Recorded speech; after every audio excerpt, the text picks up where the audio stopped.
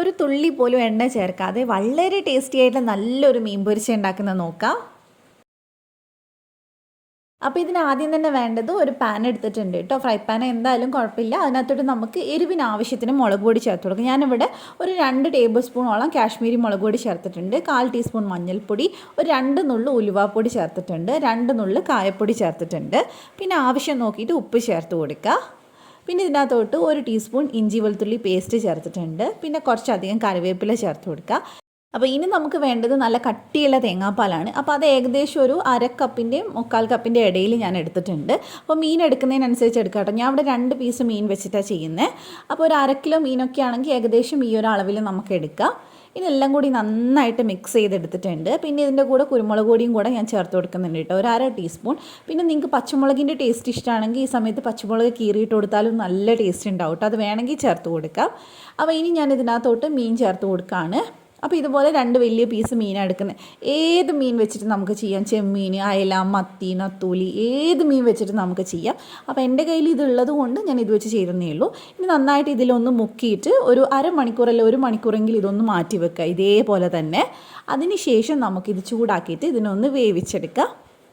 അപ്പോൾ ചൂടായി തുടങ്ങുമ്പോൾ തേങ്ങാപ്പാലായതുകൊണ്ട് തന്നെ കുറുകി തുടങ്ങും. അപ്പോൾ നമ്മൾ ചെയ്യേണ്ടത് ആ സൈഡിലൊക്കെ ഉള്ള ഒരു മസാല ഉണ്ടല്ലോ, അത് ഇതിൻ്റെ മേലേക്കായിട്ട് ഇടയ്ക്കിടയ്ക്കായിട്ട് ഒന്ന് വെച്ച് കൊടുക്കുക. അതിന് ശേഷം ഇതിനെ കുറച്ച് കഴിയുമ്പോൾ ഒന്ന് തിരിച്ചിട്ട് കൊടുക്കുക. ഇപ്പോൾ വലിയ മീനായതുകൊണ്ട് തന്നെ തിരിച്ചിടുമ്പോൾ കുറച്ച് ശ്രദ്ധിക്കുന്നുണ്ട്.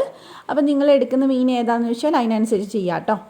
അപ്പോൾ ഇനി ഈ സൈഡ് മറിച്ചിട്ടതിന് ശേഷം വീണ്ടും നമ്മൾ മസാല സൈഡിൽ നിന്ന് കോരിയിട്ട് ഇവിടെയൊക്കെ ഇട്ട് കൊടുക്കുക. ഇങ്ങനെ ചെയ്യുന്ന സമയത്ത് തേങ്ങാപ്പാലിൽ നിന്ന് ആ ഒരു ഉരുക്ക് വെളിച്ചെണ്ണ ഉണ്ടല്ലോ അത് ഇറങ്ങിയിട്ട് അതിലാണ് ഇത് ലാസ്റ്റ് ഫ്രൈ ആവുക. ഭയങ്കര ടേസ്റ്റാണ്, വെറുതെ പറയല്ല. ഏത് മീൻ വെച്ച് ട്രൈ ചെയ്താലും അടിപൊളി ടേസ്റ്റാണിത്. പിന്നെ അതേപോലെ തന്നെ മസാല എടുക്കുന്ന സമയത്ത് ഒരു പകുതി നാരങ്ങയുടെ നീരും കൂടെ ചേർത്ത് കൊടുക്കണം കേട്ടോ. അപ്പോൾ അത് ഞാൻ മറന്നതുകൊണ്ട് ഈ സമയത്ത് ചേർക്കുന്നുണ്ട്. അപ്പോൾ അത് ആദ്യം ചേർത്താലും മതി, ഒരുപാട് വേണ്ട. ഏകദേശം ഒരു ടേബിൾ സ്പൂൺ നീര് അത്രേ ഉണ്ടാവുള്ളൂ. അപ്പോൾ ഇനി ഇതേ ഈ ഒരു പരുവത്തിലായിട്ടുണ്ട്. മസാലയൊക്കെ വറ്റി അതിൻ്റെ മേലെ നമ്മളിങ്ങനെ ഇടയ്ക്കിടയ്ക്ക് ഇട്ട് കൊടുത്തിട്ടുണ്ടായിരുന്നു കേട്ടോ.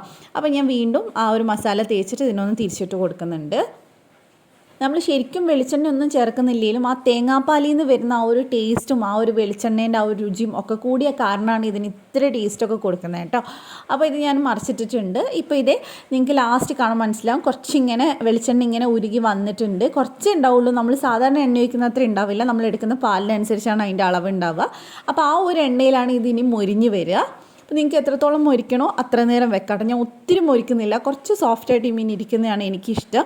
അപ്പോൾ അത് 2 സൈഡ് ഇവിടെ റെഡി ആയിട്ടുണ്ട്.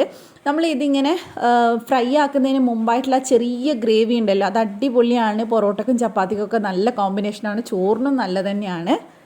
അപ്പോൾ ഞാനിനി ഇത് സെർവ് ചെയ്യുകയാണ്. ഇതേപോലെ തന്നെ ഒരു ചിക്കൻ്റെ റെസിപ്പി ഞാൻ ഇട്ടിട്ടുണ്ട്. മസാലയൊക്കെ ഡിഫറെൻ്റ് ആണെങ്കിലും അതും നല്ല ടേസ്റ്റാണ്.